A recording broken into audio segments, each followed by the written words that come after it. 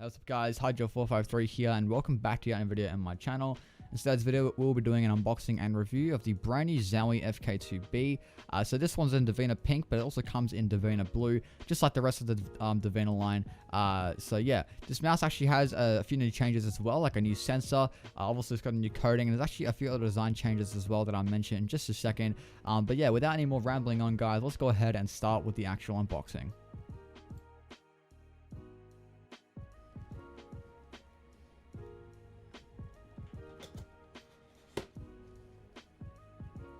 So a little top puck sort of comes off like that, and then you just open the flaps. It's just basically the same as most mice from Zowie.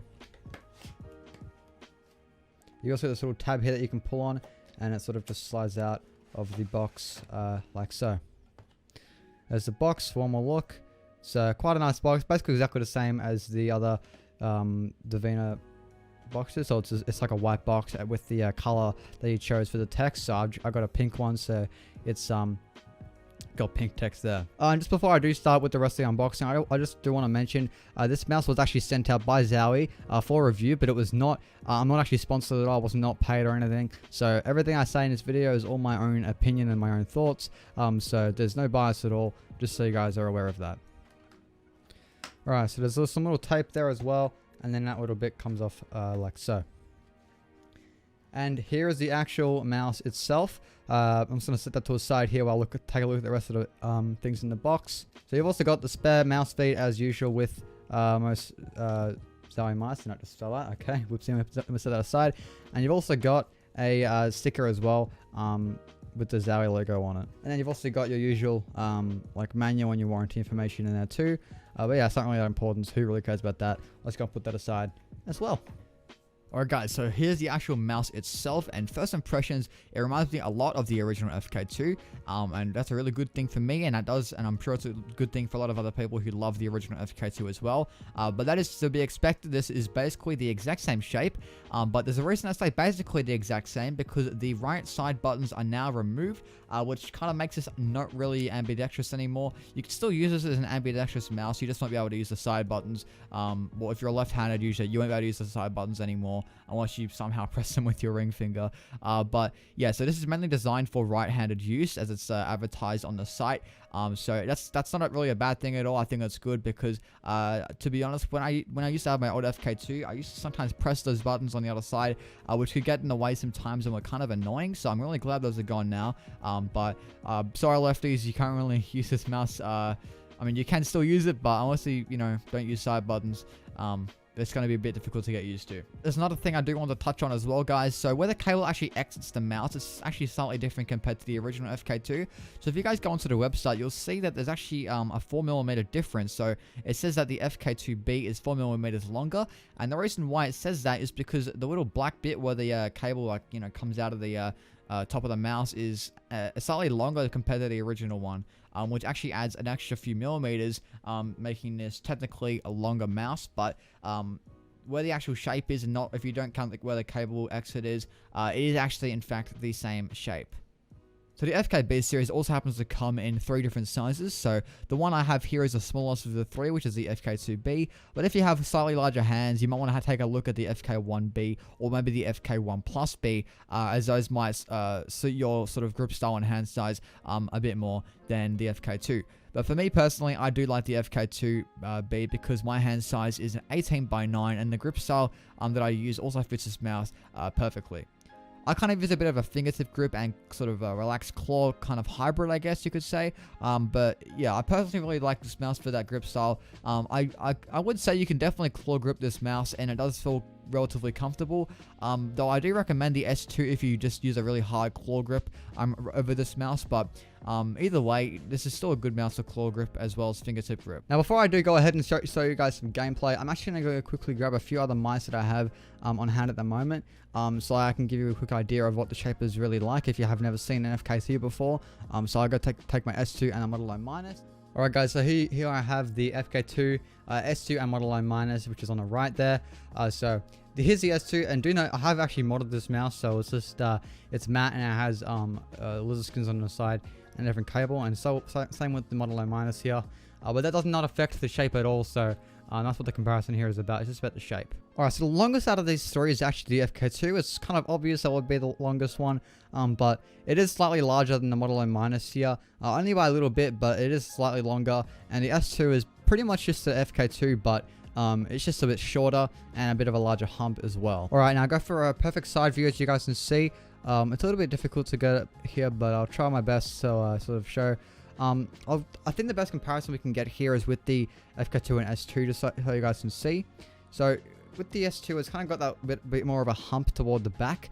It's kind of in the middle, I guess, but it's more toward the back. So I guess this is more suitable for a claw grip. It doesn't mean you can't fingertip grip, but you can definitely still.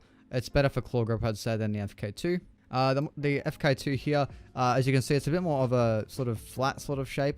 It's still very similar, but it's just a bit longer, and that hump is not as pronounced as in the S2. Alright, so here I got the FK2, and here is the Model O. So the Model O Minus, I should say, and this is also a mod, but it's a bit more of a scuffed mod, to be honest. I didn't really spend much time on it, but yeah, because I don't really use this mouse very much. But there is something I do want to say. So that is quite different about this mice. You know, obviously apart from the size, as you can see, there's a bit more of a gap on that little bit where the button is and the actual shell.